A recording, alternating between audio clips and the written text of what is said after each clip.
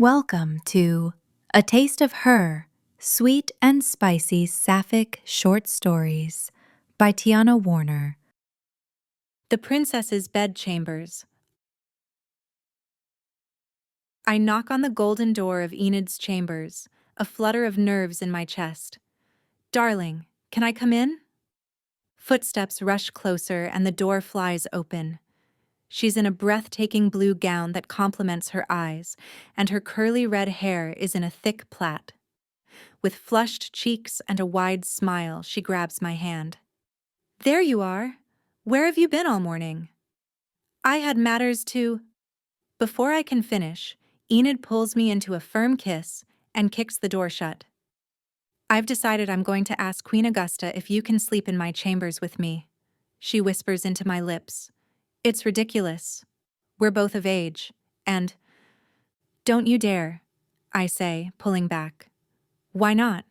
She pushes her bottom lip out, looking adorable. Asking the Queen if we can share a bed out of wedlock? I think I'll die of embarrassment. I kiss her pouting lips before she can raise another protest. I've just seen her, actually, and she wants to speak with you. She's waiting in the garden.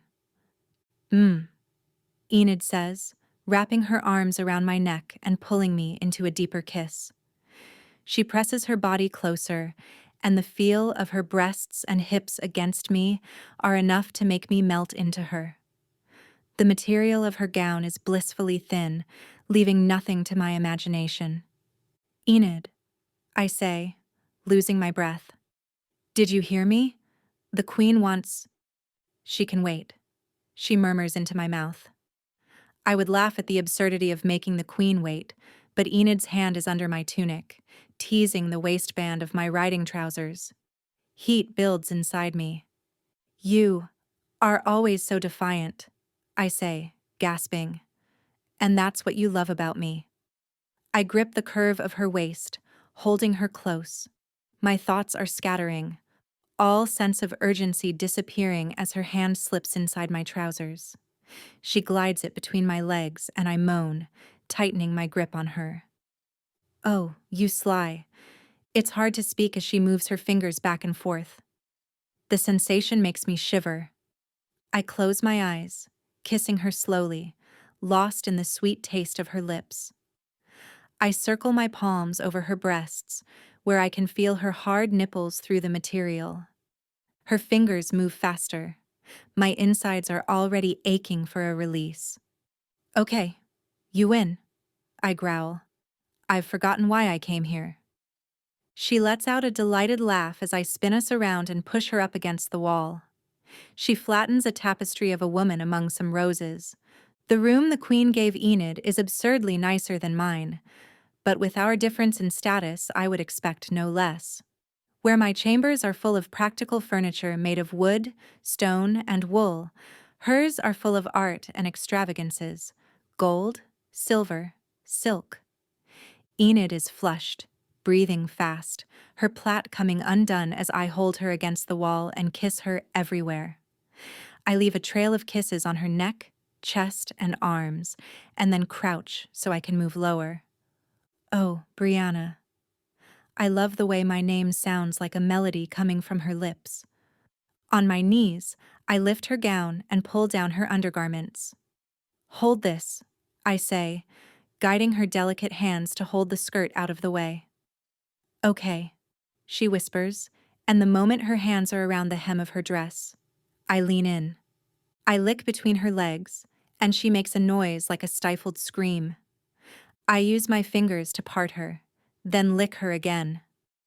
I go slowly, teasing her, until she trembles.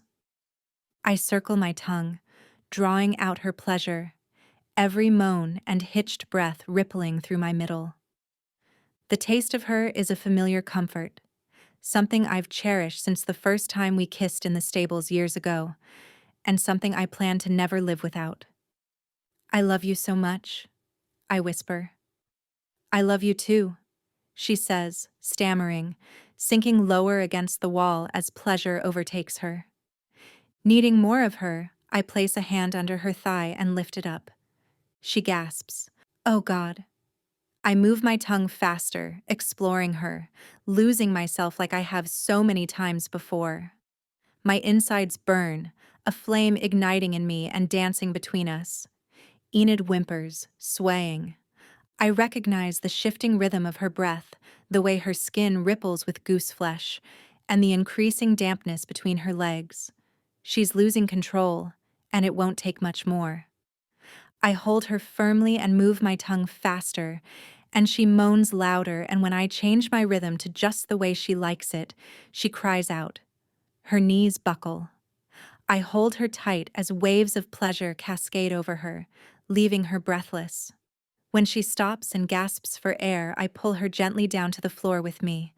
We kiss, and I let her catch her breath in my arms. That was a wonderful distraction, I murmur into her hair. And we really do need to go down to the gardens now. She laughs. But what about your turn? Later, I say with a wink. As much as I want to stay here for another hour, we have somewhere important to be. We stay on the floor for another moment while Enid recovers, then we clean up and fix our hair and clothes so it isn't so obvious what we were doing. As we head outside hand in hand, Enid leans in and whispers in my ear. I'm going to exercise my tongue on you the moment we're done here. I grin, tingling between my legs. This I can agree to. Well, if you insist. We walk to the garden we've spent endless hours in. It's the most beautiful spot in Queen Augusta's realm, full of every type of flower, bird, and butterfly imaginable. A symphony to the eyes, ears, and nose. As we duck beneath the arbor and enter the garden, Enid sees what's there and stops in her tracks. Queen Augusta isn't here. Of course she isn't, because that was a lie. I told Enid that just to get her down here, though it nearly didn't work. Always so defiant. Silver draperies guide us to a point, where pink and red rose petals cover the ground. I tug her by the hand, taking her to the center of the garden. Brianna, what? Enid turns to face me, her cornflower blue eyes wide with wonder. Heart hammering against my ribs, my face breaks into an uncontrollable smile. Enid lets out a little scream as I pull the ring from my pocket and get down on one knee. The end. Thanks for listening. Please subscribe to support these stories, and so you never miss a new release. You can find all of Tiana Warner's Sapphic romance books on her website at tianawarner.com.